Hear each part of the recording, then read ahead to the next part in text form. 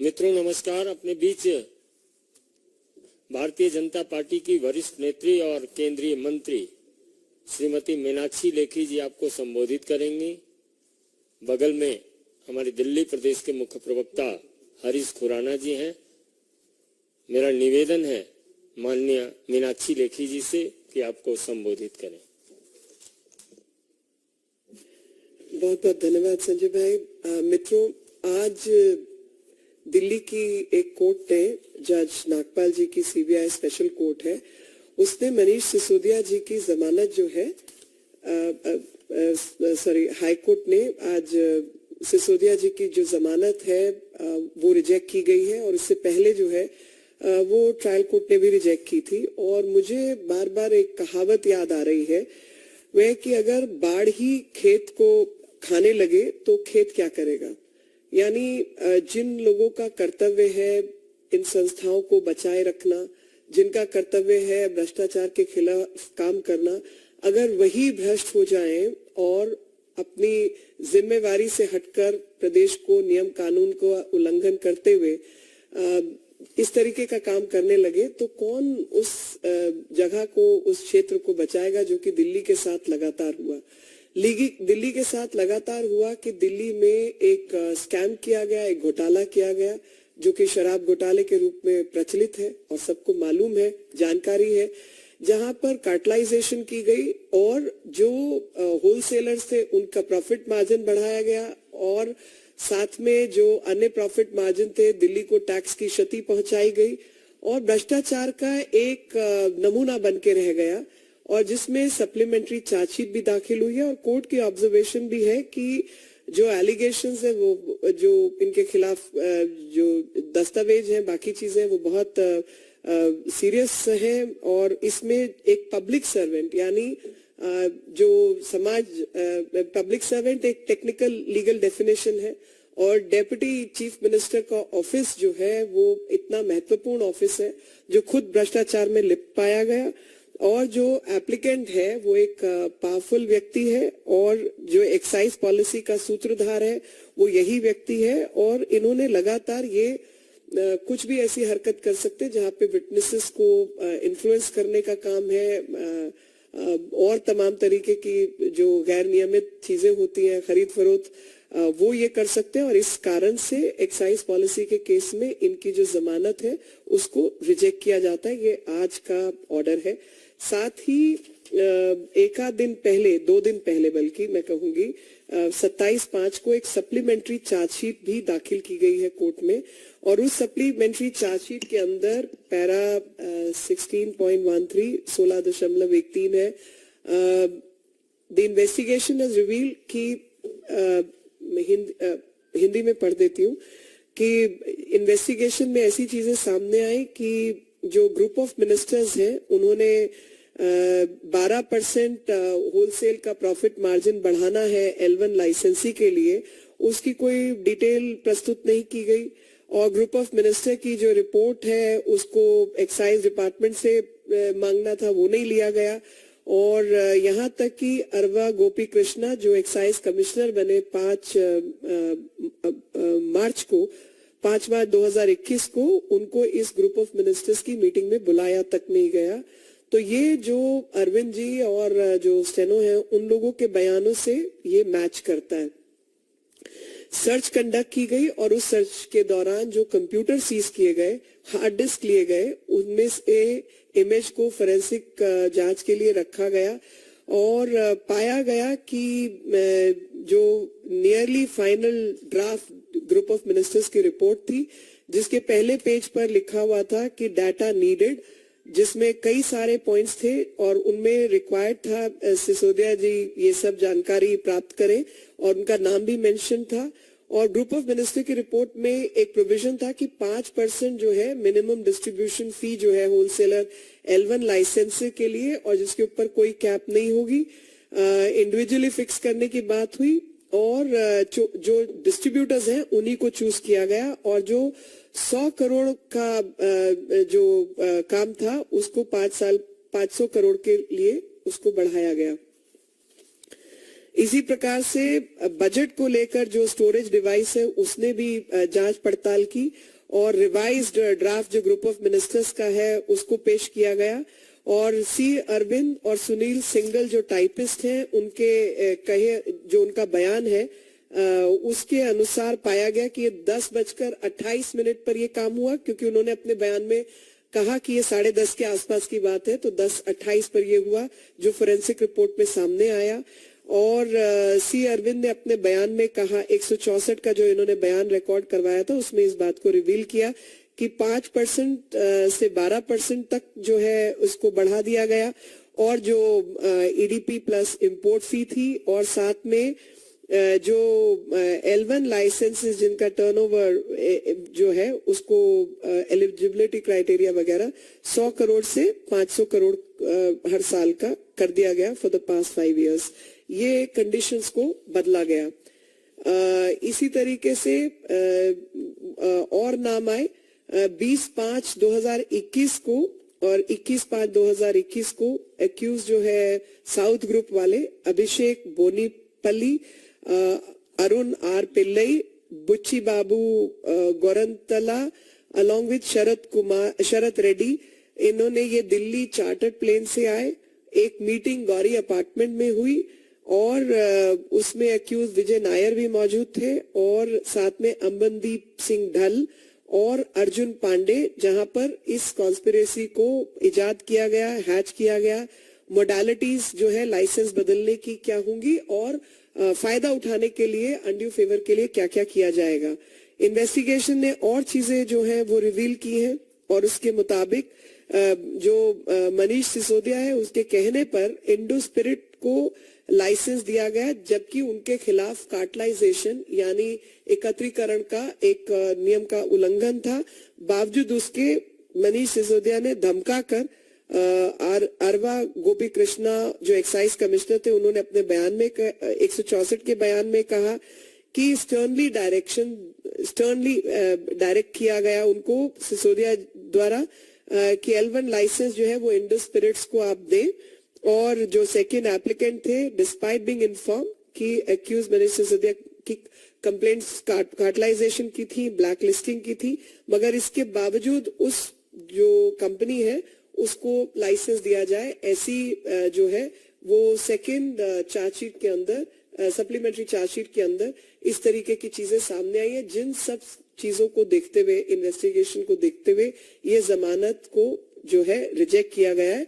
और वापस मैं अपनी बात कहूंगी कि जब बाढ़ ही खेत को खाने लगे तो फिर खेत क्या करेगा। यानी दिल्ली की सरकार जो दिल्ली की सेवा के लिए बनी थी, दिल्ली के डेप्यूटी मुख्यमंत्री का काम था दिल्ली से भ्रष्टाचार को दूर करना, जो वो खुद ही भ्रष्ट हो जाए और भ्रष्ट पॉलिसीज को नियमित निर्धारित करने लगे तो दिल्ली की सेवा कौन करेगा, दिल्ली से भ्रष्टाचार को कौन हटाएगा।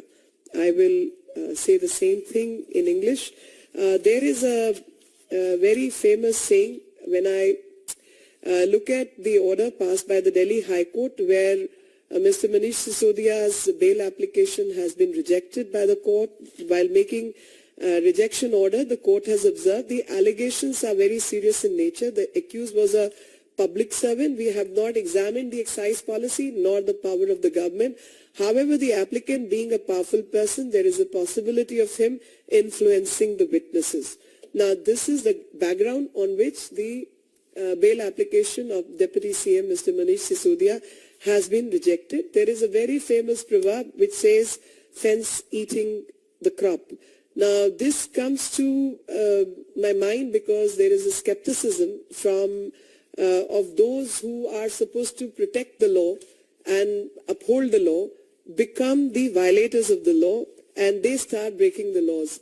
Somebody who was supposed to serve the city-state of Delhi becomes corrupt and is actually indulging in corruption where allegations of cartelization and blacklisting against companies exist, and this very person directs the officers to give license to those people who are involved in corrupt practices, and in lieu of bribe, all this is being done by the Deputy CM. These are the observations which have been made by the court. Some observations have been made by the court, and some observations are part of the supplementary charge sheet which has been filed 2 days ago on 27th May in the court. And I will read out certain paragraphs so that for everybody's consumption, that what really transpired and what really happened. So paragraph 16.13, the investigation has revealed that in the month of February 21, 8 to 10 meetings of group of ministers headed by the accused Manish Sisodia took place, in which some data was sought from the excise department, but no proper minutes or record of discussions of the said meetings were prepared. It has also been revealed that no decision regarding the provisions to be incorporated in the group of ministers was taken in the said meetings. Further, no discussion regarding wholesale model was done in the said meeting. Further, no study regarding the 12% profit margin for wholesalers, L1 licenses, definition of the related entities, etc. was made. It was also revealed that no draft of the group of ministers report was either sought from or provided by the excise department. Even Shri Arva Gopi Krishna, who became the excise commissioner on 5th March 21, was never invited to any group of ministers meeting, nor did he attend any such meeting. During the search conducted at the office premises of the accused Manish Sisodia, the then Deputy CM, on 19th August 22, and computer hard disks and computers installed at the office were seized and their forensic imaging was done for the purpose of investigation. From the imaged copy of the hard disk of the Office Apple computer of the accused Manish Sisodia, soft copy of the draft Group of Minister report in Word file, my note on GOM documents has been retrieved.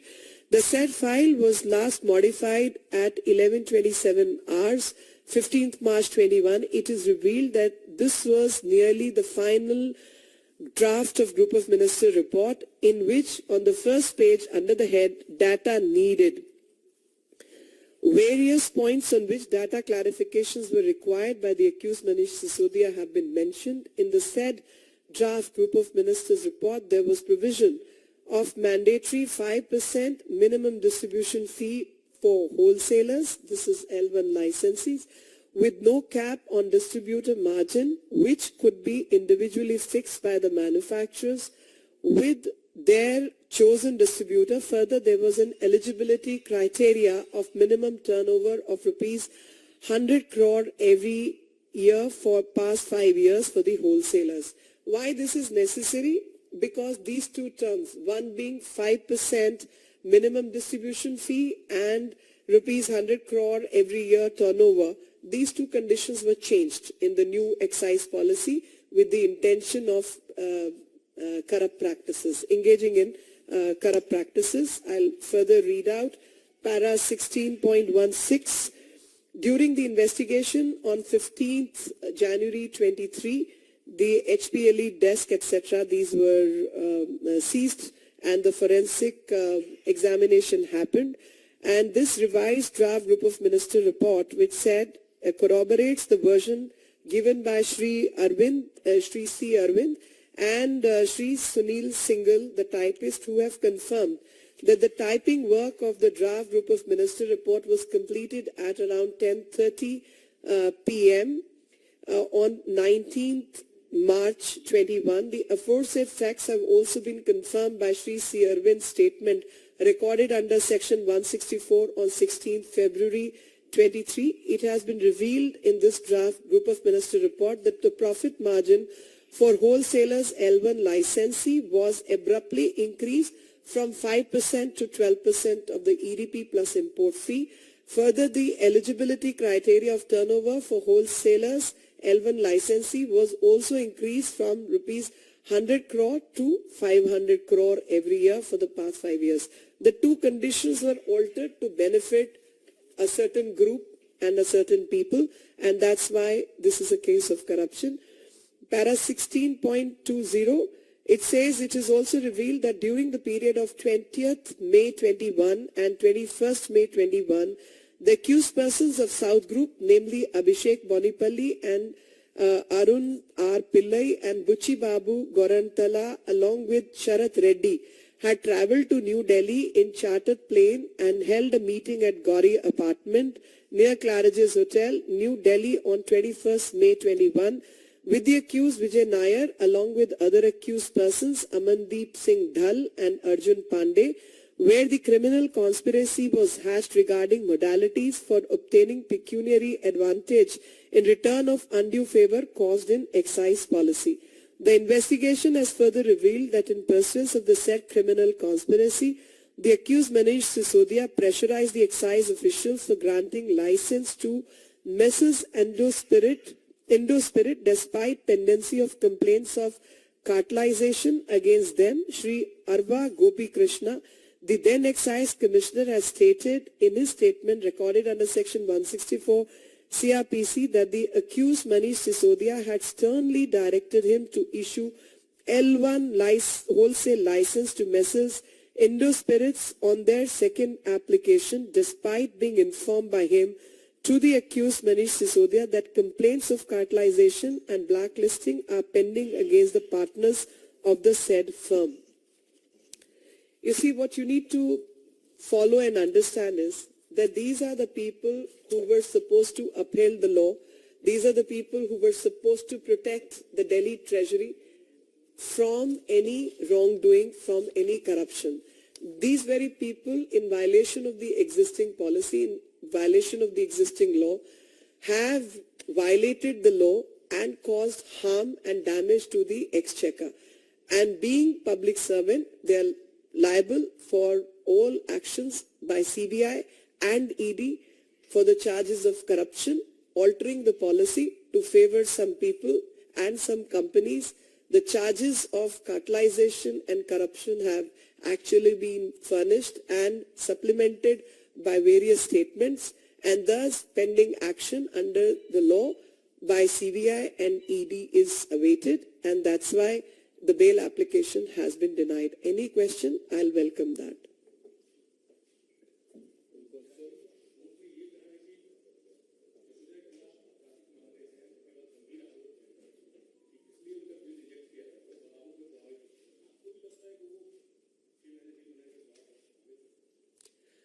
देखिए, बाहर होंगे तो हिम्मत बढ़ती है और बाहर रहकर हिम्मत बढ़ती है, और जो इनके रिसोर्सेस है, जाहिर तौर पर जेल में रहेंगे, भले ही कई किस्म का भ्रष्टाचार आप लोगों ने और हमने पाया है सत्येंद्र जैन के मामले में कि कैसे उनको फोन की एक्सेस जो है दी हुई थी जेल के अंदर भी, लेकिन फिर भी जो इन्फ्लुएंस करने की ताकत है वो कहीं ना कहीं थमती तो है जब व्यक्ति जेल में होता है, क्योंकि फोन की एक्सेस, लोगों से मिलने की एक्सेस, जिनको डायरेक्शन देनी है उसकी एक्सेस, इन्वेस्टिगेशन इन्फ्लुएंस करने की एक्सेस, और तरीके के भ्रष्टाचार में लिप्त होने की एक्सेस, और साथ में डिस्ट्रक्शन ऑफ एविडेंस की जो एक्सेस है वो कहीं ना कहीं कम होती है। इसलिए जेल में रखना स्वाभाविक रूप से इन्वेस्टिगेशन के नजरिए से सही होगा। विकास चंद्रा, न्यूज नेशन।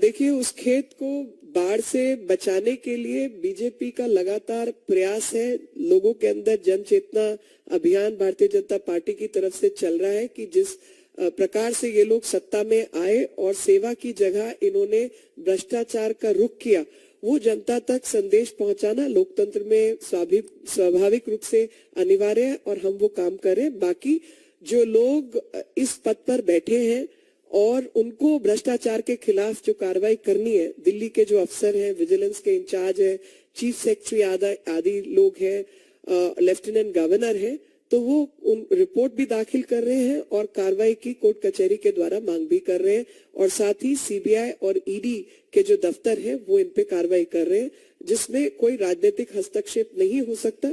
तो हम कोई राजनीतिक हस्तक्षेप नहीं कर सकते, लेकिन हाँ, जन चेतना और जन जागरण का काम भारतीय जनता पार्टी कर रही है।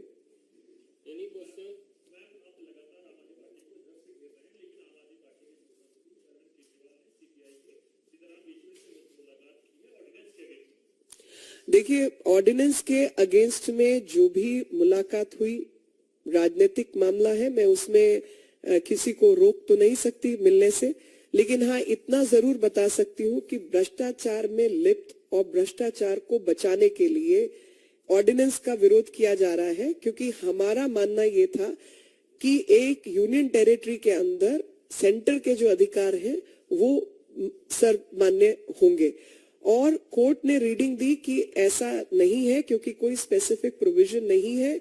अगर केंद्र सरकार कोई स्पेसिफिक नियम कानून लाना चाहती है तो वो ले आए, पर एग्जिस्टिंग लॉ के अंदर ये अधिकार नहीं है, और इसलिए उन्होंने दिल्ली सरकार के पक्ष में निर्णय दिया।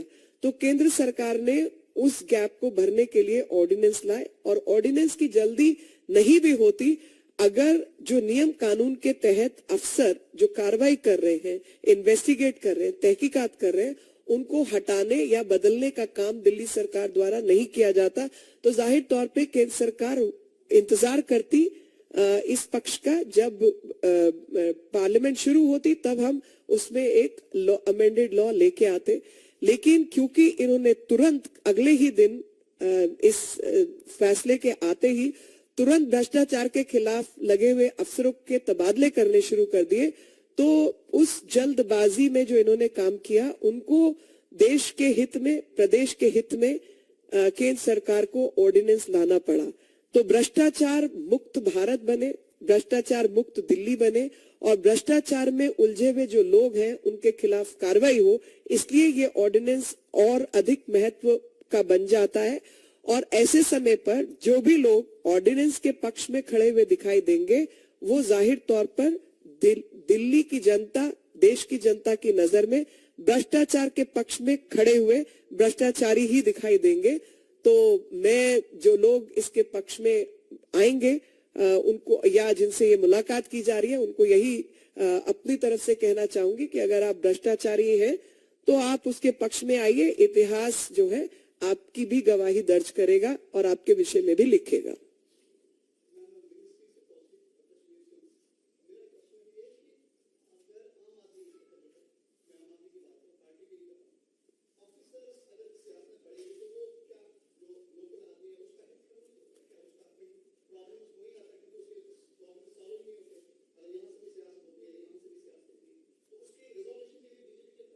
आपका नजरिया थोड़ा सा सुधारने की जरूरत है, क्योंकि अफसरों का काम होता है भ्रष्टाचारियों को पकड़ना। अगर पुलिस भ्रष्टाचार के खिलाफ कार्रवाई नहीं करेगी तो आप और मैं करेंगे क्या?